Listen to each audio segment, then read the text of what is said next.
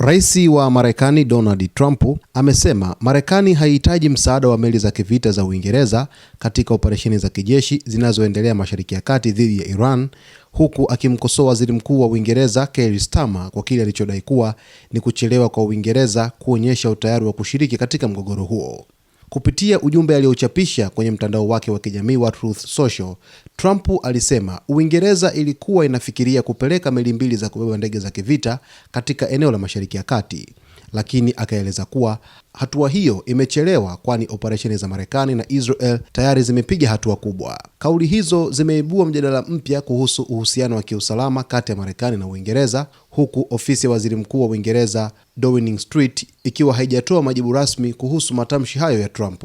Wizara ya Ulinzi ya Uingereza imethibitisha kuwa moja ya meli zake za kubeba ndege za kivita imewekwa katika hali ya utayari wa juu wa kijeshi, wakati wafanyakazi wa meli hiyo ya HMS Prince of Wales waliopo katika bandari ya Portsmouth wameagizwa kuwa tayari kuondoka ndani ya siku 5. Hatua hiyo imezua uvumi kwamba meli hiyo inaweza kupelekwa katika bahari ya Mediterranean kulinda maslahi ya Uingereza wakati mvutano wa Mashariki ya Kati ukiendelea. Wakati huo huo, meli nyingine ya kubeba ndege ya Uingereza HMS Queen Elizabeth imeelezwa kuwa haitatumika kwa sasa kutokana na matengenezo.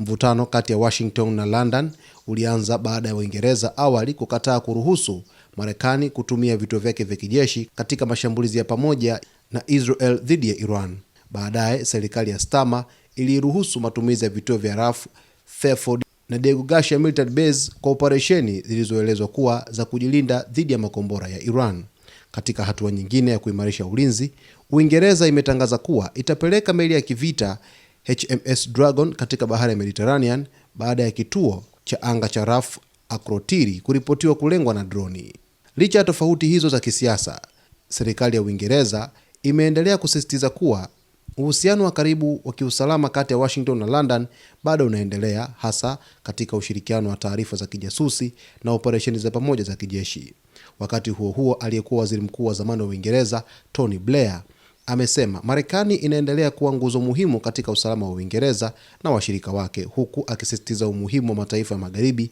kuendelea kushirikiana katika kukabiliana na migogoro ya kimataifa. Kauli ya Rais wa Marekani Donald Trump ameeleza kwamba hali ambayo Uingereza imeionyesha kwa hivi sasa, wao hawahitaji msaada wowote wa meli za kivita za Uingereza katika operesheni za kijeshi ambazo zinaendelea Mashariki ya Kati dhidi ya Iran, na akaeleza kwamba wao kwa hivi sasa wapo katika hatua kubwa za kijeshi dhidi ya Iran, hivyo hawahitaji tena msaada wa Uingereza baada ya kusuasua kwa Waziri Mkuu wa Uingereza Keir Starmer kufanya maamuzi ya kuungana na Rais wa Marekani Donald Trump katika operesheni zake huko Mashariki ya Kati. Basi mtazamaji wetu, kwa taarifa zaidi endelea kuwa nasi leo hii, utakwenda kufahamu vyote vinavyojiri huko Mashariki ya Kati. Usiache kusubscribe, kulike, kucomment pamoja na kushare.